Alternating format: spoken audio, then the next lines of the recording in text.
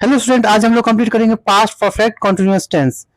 और इसमें हम लोग पास्ट परफेक्ट कॉन्टिन्यूअस टेंस के सभी रूल्स एंड और इसके एग्जांपल्स को देखेंगे। और इससे पहले हमने जो वीडियोस बनाया है उसमें भी पास्ट और प्रेजेंट्स के अदर टेंसेस को हमने कवर किया। अगर आपने उसे नहीं देखा है तो आप उसे देख लें और आप उससे वहां से अंडरस्टैंडिंग बना सकते हैं। तो लेट्स स्टार्ट करते हैं यहाँ पे। तो इसे रूल वन जो हम बनाते हैं, जैसे क्या होगा, इसे सब्जेक्ट होता है, फिर had been plus verb one plus ING plus object then since slash for and plus time. तो सब्जेक्ट में हमें क्या करना है, कोई भी सब्जेक्ट ले लेना है, उसके साथ हेल्पिंग वर्ब इसका हैड बीन है तो ये सबके साथ ही आएगा। कोई भी आप सब्जेक्ट ले लो उसके साथ में हैड बीन आएगा। फिर वर्ब का फर्स्ट फॉर्म आएगा, देन उसके बाद आपको आईएनजी का यूज करना है।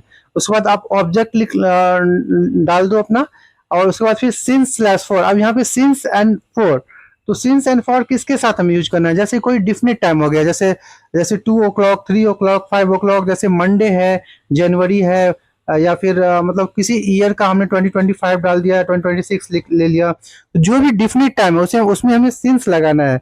और जो इनडिफिनिट टाइम है, जैसे 2 hours 5 hours 10 hours, तो उसके साथ हमें फॉर का यूज करना है। जैसे 5 months हो गया, 7 weeks हो गया, मतलब कोई डिफिनिट टाइम नहीं है तो वहाँ पे इनडिफिनिट टाइम जो रहता है तो वहाँ पे हमें फॉर लगाना है फिर। और उसके बाद हमें टाइम का यूज करना है। फॉर एग्जाम्पल हम लोग देख लेते हैं, जैसे Mona had been reading this book since 2 o'clock। तो हमने यहाँ पे सिंस 2 o'clock लिया, क्यों? क्योंकि यहाँ पे 2 बजे फिक्स है, तो सिंस 2 o'clock इसलिए हमने लिया। तो ये आपके एग्जाम्पल्स हैं। एग्जाम्पल्स में समझने के बाद आपको ज्यादा ही समझ में आएगा, तो आप इजीली से कर सकते हैं। सेकेंड है हमारा, you had been cooking food for 2 hours।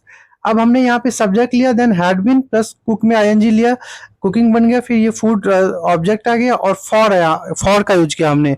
और फॉर का यूज करते ही हमने 2 hours, यानी कि हमने एक ऐसा फिक्स टाइम नहीं यूज किया। ये 2 hours अभी भी हो सकता है, या मतलब अब के 2 घंटे बाद भी हो सकता है, या 2 घंटे पहले भी था। तो ये कोई डिफिनिट टाइम नहीं है, तो इसलिए हमें यहाँ पे फॉर का यूज करना है।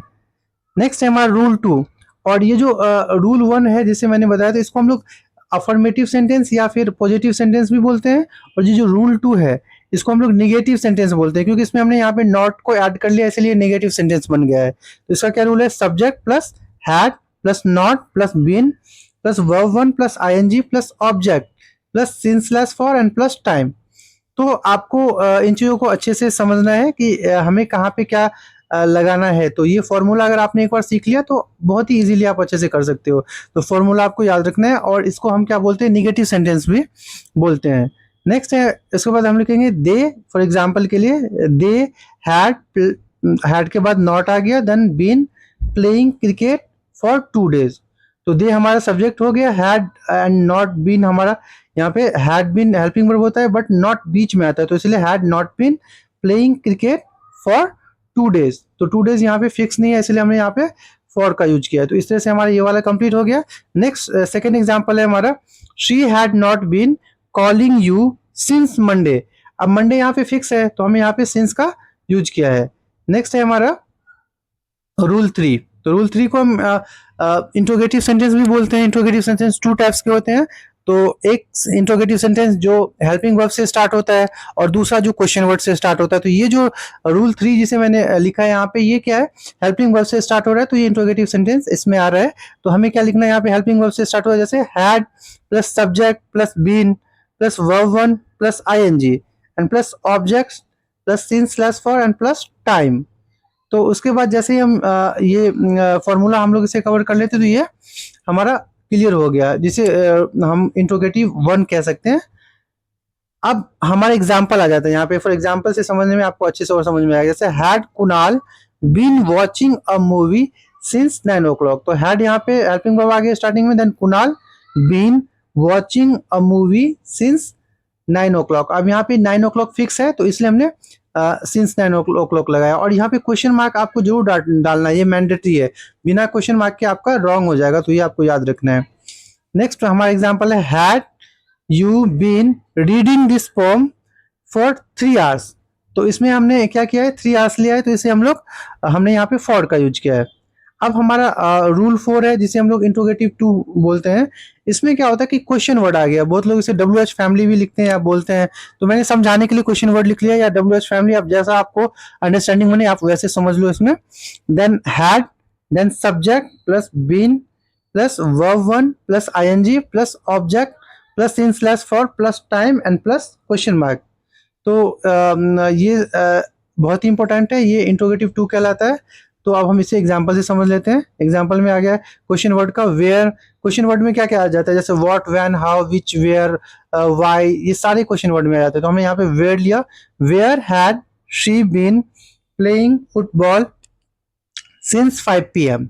ठीक है, एंड लास्ट में जो क्वेश्चन मार्क आ रहा है इसे जरूर डालना है, बिना क्वेश्चन मार्क का आपका गलत हो जाएगा, तो इसे याद रखना है हमेशा, चाहे इंट्रोगेटिव 1 हो चाहे इंट्रोगेटिव 2 हो, तो इस दोनों में ही लगाना है, चाहे वो हेल्पिंग वर्ब से स्टार्ट हो रहा है चाहे फिर क्वेश्चन वर्ड से स्टार्ट है। तो आपको इन चीजों को बहुत ही अच्छे से, इन बातों को ध्यान रखना है। नेक्स्ट हमारा एग्जाम्पल है, why had they been writing the stories for 5 days। तो लास्ट में क्वेश्चन मार्क आ गया। तो इस तरह से जहाँ पे सिंस का यूज होना है, कहाँ पे फॉर का यूज होना है, आपको इसकी अंडरस्टैंडिंग बनानी है। और बहुत बच्चे क्या करते हैं कि जहाँ पे फॉर का यूज होता है वहाँ पे सिंस का लगा लेते हैं, और जहाँ पे सिंस का होता है वहाँ पे फॉर का लगा लेते हैं। तो इन चीजों को आपको अच्छे से समझना है। और इससे पहले भी जो मैंने पास्ट का, अब ये जो पास्ट परफेक्ट कंटीन्यूअस टेंस हो गया, इसके साथ ही पास्ट का पूरा ही टेंस कंप्लीट कर लिया हमने, और प्रेजेंट का भी हमने पूरा टेंस कंप्लीट कर लिया। अब फ्यूचर का टेंस जो है अपकमिंग वीडियो में मैं बनाऊंगा। तो अभी तक अगर आपने इसे रिवाइज नहीं किया तो आप अच्छे से रिवाइज कर ले। आप एक बार नहीं, 2 बार, 3 बार, जब तक कि आपकी अच्छी अंडरस्टैंडिंग ना बने तब तक आप इसको रिवाइज करते रहे। और जैसे कि मैंने इसमें rule 1, rule 2, rule 3 and rule 4 बनाया है, तो इसमें आपका ये एक होमवर्क मैं दे रहा हूँ कि आपको रूल 1 से 6 सेंटेंस बनाना है, रूल 2 से 6 सेंटेंस बनाना है, रूल 3 से 6 सेंटेंस एंड रूल 4 से 6 सेंटेंस बनाने हैं। टोटल आपको 24 सेंटेंसेस बनाने हैं। अगर आपने इन चीजों को अच्छे से बना लिया, अगर कहीं पे समझ में नहीं आया तो आप एक बार अच्छे से देख सकते हो, एग्जाम्पल से समझ सकते हो, तो आपका ये जो पास्ट परफेक्ट टेंस है वो अच्छे से कवर हो जाएगा। तो फिर मिलते हैं एक नेक्स्ट वीडियो में, तब तक आप रिवीजन रखिए अपना।